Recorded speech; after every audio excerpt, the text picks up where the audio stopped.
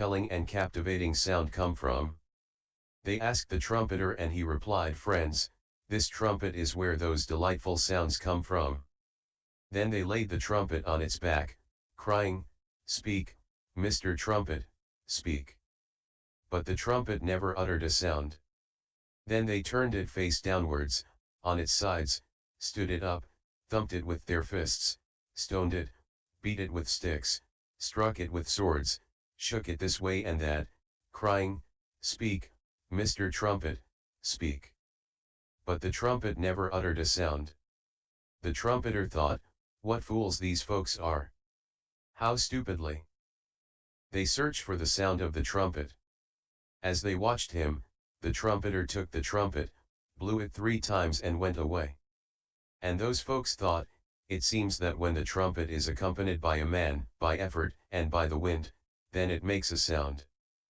But when it is not accompanied by a man, by effort, and by the wind, then it makes no sound. In the same way, Prince, when this body has life, heat, and consciousness, then it goes and comes back, stands and sits and lies down, sees things with its eyes, hears with its ears, smells with its nose, tastes with its tongue, feels with its body, and knows mental objects with its mind. But when it has no life, heat, or consciousness, it does none of these things. In the same way, Prince, you should consider, there is another world. Prince Payasi, whatever you may say, I still disagree. Venerable Gavampati, have you any reason for this assertion, Prince? Prince Payasi, take the case of a thief. They bring before me, and I say, strip away this man's outer skin, and perhaps we shall be able to see his soul emerging. Then I tell them to strip away his inner skin, his flesh, sinews, bones, bone marrow, but still we cannot see any soul emerging. That's why I don't believe in another world, in spontaneously born beings and karma. Venerable Gavampati, well then, Prince, I will give you a simile. Once there was a matted-haired fire worshipper who dwelt in the forest in a leaf hut. A certain tribe was on the move, and its leader stayed for one night near the fire worshipper's dwelling. So the fire worshipper thought he would go to the site to see if he could find anything he could make use of after the leader left. He got up early, and there he saw a tiny delicate baby boy lying abandoned on his back. At the sight he thought, it would not be right for me to look on and let a human being die. I had better take this child to my hermitage, take care of him, feed him, and bring him up. When the boy was about 10, the hermit had some business to do in the neighborhood, so he told the boy to look after the fire and don't let it go out. If it should go out, use fire sticks to relight the fire. Having thus instructed the boy, the hermit went into the neighborhood. But the boy was absorbed in his games and let the fire go out. He tried to chop up the fire sticks with the axe, but he got no fire. He cut the fire sticks into 2, into 3, into 4, into 5, 10, 100 pieces, he splintered them, he pounded them in a mortar, he winnowed them in a great wind, thinking, but he got no fire. When the hermit came back after he finished his business, he asked, Son, why have you let the fire go out? And the boy told him what had happened. The hermit thought, how stupid and senseless this boy is. What a thoughtless way to try to get a fire. So, while the boy looked on how his father rekindled the fire, the hermit said, Son, that's the way to rekindle a fire, not the stupid, senseless, thoughtless way you tried to do it. In just the same way, Prince, you are looking foolishly, senselessly, and unreasonably for another world. Prince, give up this evil viewpoint. Do not let it cause you misfortune and suffering for a long time. Prince Payasi, even though you say this, I still disagree with you. King Pasenadi of Kosala knows my opinions, and so do kings abroad. If I give it up, they will say, what a fool Prince Payasi is, how stupidly he grasps at wrong views. Thus I will stick to this view out of anger, contempt, and spite. Venerable Gavampati, well then, Prince, I will give you a simile. Once Prince, a great caravan of 1,000 carts was traveling from east to west. Wherever they went, they rapidly consumed all the grass and wood. This caravan had 2 leaders, each one in charge of 500 carts. They thought, this is a great caravan of 1,000 carts. Wherever we go we use up all the supplies. Perhaps we should divide the caravan into 2 groups of 500 carts each.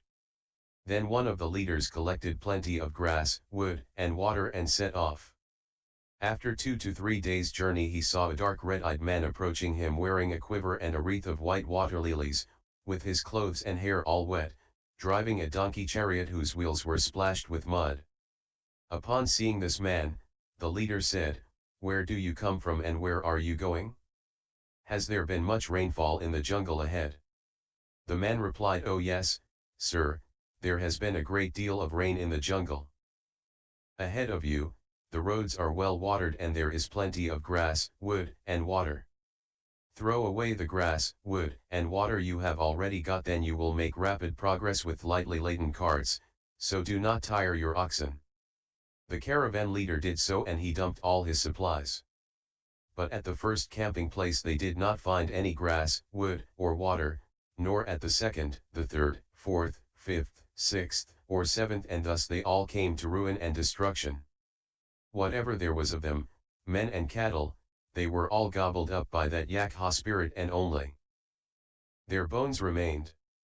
When the leader of the second caravan was sure that the first caravan had gone forward far enough, so he stocked up with plenty of grass, wood, and water.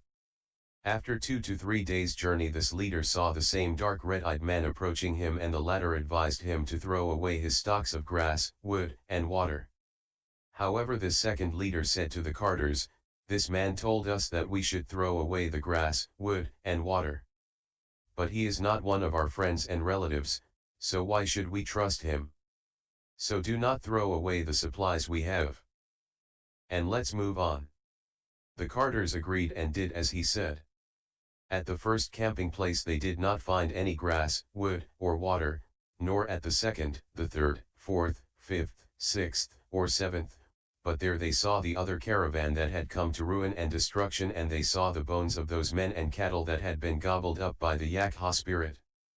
Then the caravan leader said to the carters, "That caravan came to ruin and destruction through the folly of its leader. So now let us leave behind such of our goods as are of little value, and take whatever is of greater value from the other caravan."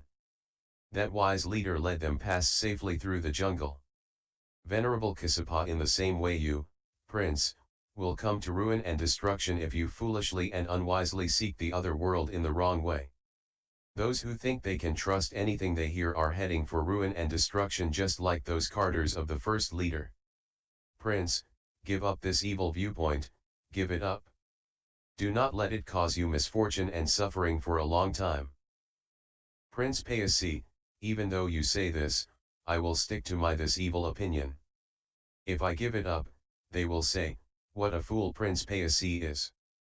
Venerable Kassapa, well then, Prince, I will give you a simile. Once there was a swineherd who was going from his own village to another.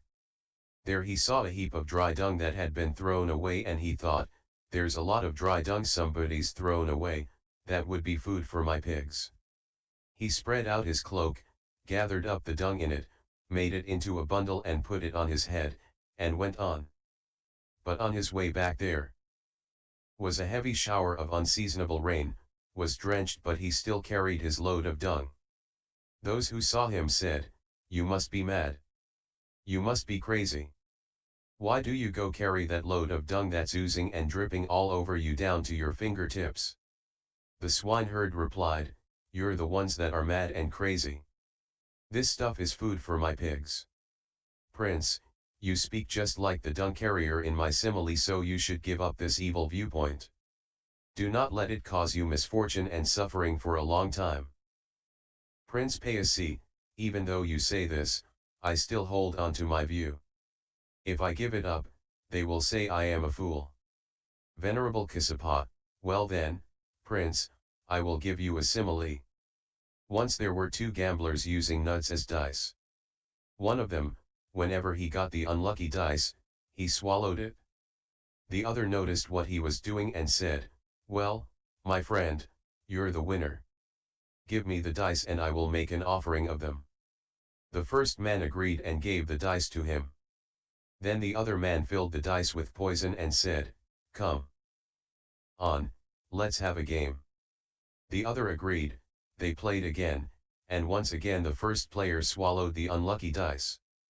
The second man watched him do so, and then uttered this verse: "The dice is smeared with burning stuff and the swallower doesn't know. Swallow, you cheat. Prince, you speak just like the gambler in my simile. Prince, give up this evil viewpoint, give it up. Do not let it cause you misfortune and suffering for a long time." Prince Payasi, even though you say this, I cannot bear to give up this evil opinion as they will call me a fool if I do. Venerable Kassapa, well then, Prince, I will give you a simile. Once the inhabitants of a certain neighborhood migrated. One man said to his friend, "Come along, let's go to that neighborhood, we might find something valuable." His friend agreed, so they went to that district and came to a village street. There they saw a pile of hemp that had been thrown away and decided to take a bundle each. Then, coming to another village street, they found some hemp thread and one said, "This pile of hemp thread is just what we wanted the hemp for. Let's each throw away our bundle of hemp and we'll take a load of hemp thread each instead." One of them said, "But I brought this bundle of hemp a long way and it's well tied up." "That will do for me, you do as you like." So his companion threw away the hemp and took the hemp thread. They came to another village street, they found some hemp cloth, and one said, "This pile of hemp cloth is just what we wanted the hemp or hemp thread for. You throw away your load of hemp and I'll throw away my load of hemp thread, then we'll go on with a load of hemp cloth each." But the other replied as before that he will keep the hemp, whereas the companion threw away the hemp thread and took the hemp cloth. In another village they saw a pile of flax, in another village they saw linen thread, in another village they saw linen cloth, in another village they saw cotton, in another village they saw cotton thread, in another village they saw cotton cloth, in another village iron, in another village copper, in another village tin, in another village lead, in another silver, in another gold. Then one said, "This pile of gold is just what we wanted the hemp, hemp thread, hemp cloth, flax, linen thread, linen cloth, cotton, cotton thread, cotton cloth, iron, copper, tin, lead, silver for.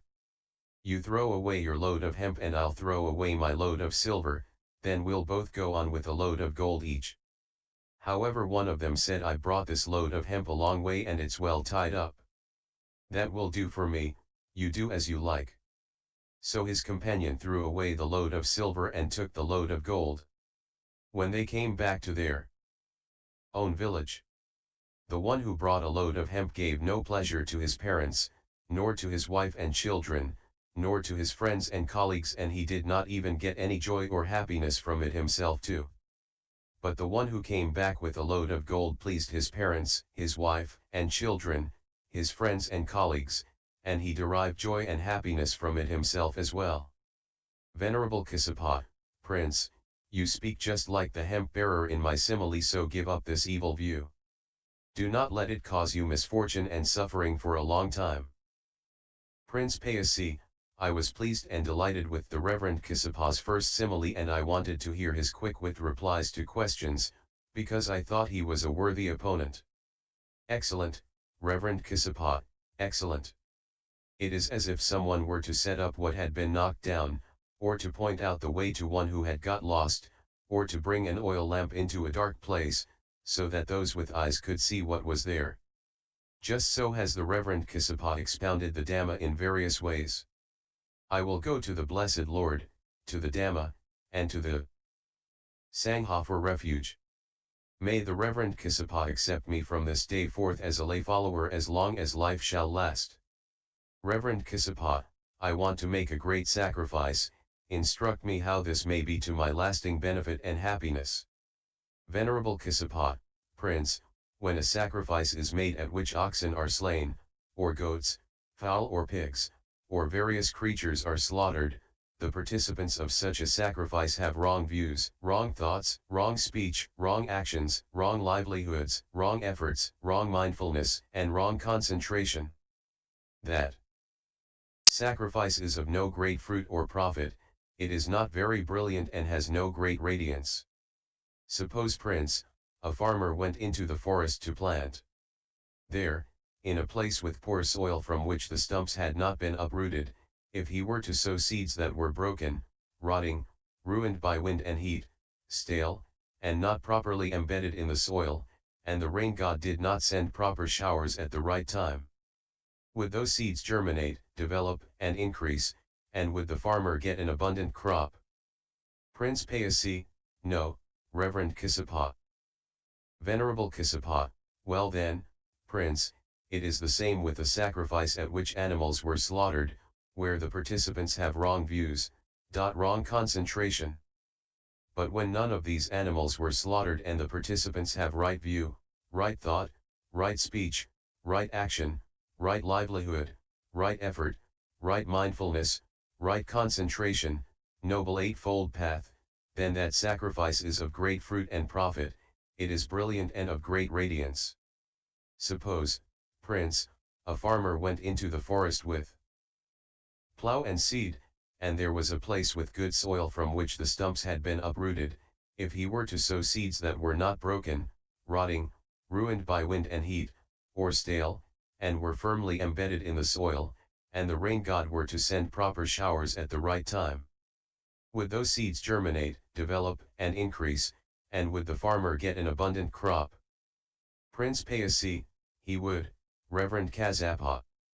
Venerable Kisapa, in the same way, Prince, at a sacrifice at which no animals are slain and where the participants have right view. Right concentration, then that sacrifice is of great fruit and profit, it is brilliant and of great radiance. Then Prince Payasi established a charity for ascetics and Brahmins, wayfarers, beggars, and the needy. But food was given out as broken rice with sour gruel, and also rough clothing with ball fringes. At that time a young Brahmin called Uttara was put in charge of the distribution. In context with the charity, Uttara said, "Through this charity I have been associated with Prince Payasi in this world, but not in the next." Prince Payasi heard of his words and asked him why he had said that. Prince Payasi, friend Uttara, don't we who wish to gain merit expect a reward for our charity? Uttara, but, Lord, the food you give were broken rice with sour gruel which you wouldn't even touch it with your foot, much less eat it. And the rough clothes with ball fringes you gave away, you would not care to set foot on them, much less wear them. Lord, you are kind and gentle to us, so how can we reconcile such kindness and gentleness with unkindness and roughness? Prince Payasi, well then, Uttara, you arrange to supply food as I eat and clothes such as I wear. Uttara did so. As Prince Payasi had established his charity grudgingly, not with his own hands, and without proper concern, like something casually tossed aside, he was reborn after his death in the company of the four great kings, in the empty Serisaka mansion. Whereas Uttara, who had given the charity ungrudgingly, with his own hands and with proper concern, not as something tossed aside, was reborn after death in a good place, a heavenly realm, in the company of the 33 gods. Now at that time the Venerable Gavampati was accustomed to go to the empty Serisaka mansion for his midday rest. Payasi of the devas went to the Venerable Gavampati, saluted him, and stood to one side. Venerable Gavampati asked, "Who are you, friend?" Payasi, "Lord, I am Prince Payasi." Venerable Gavampati, "Friend, are you not the one who used to say, there is no other world, there are no spontaneously born beings, there is no fruit or result of good or evil deeds?" Payasi, "Yes, Lord, I am the one who used to say that, but I was converted from that evil view by the noble Kumarakasapa." Venerable Gavampati, where has the young Brahmin Uttara, who was in charge of the distribution of your charity, been reborn. Payasi, Lord, he who gave the charity ungrudgingly, was reborn in the company of the 33 gods, but I, who gave grudgingly, have been reborn here in the empty Serisaka mansion. Lord, please, when you return to earth, tell the people to give ungrudgingly and inform them of the way in which Prince Payasi and the young Brahmin Uttara have been reborn. So Venerable Gavampati, on his return to earth, declared, you should give ungrudgingly, with your own hands, with right intention and not carelessly. Prince Payasi did not do this hence. After death he was reborn in the company of the 4 great kings in the empty Serisaka mansion, whereas the administrator of his charity, the young Brahmin Uttara, who gave ungrudgingly, with his own hands, with right intention and not carelessly, was reborn in the company of the 33 gods. In summary, Prince Payasi has the wrong view that there is no other world other than the human realm.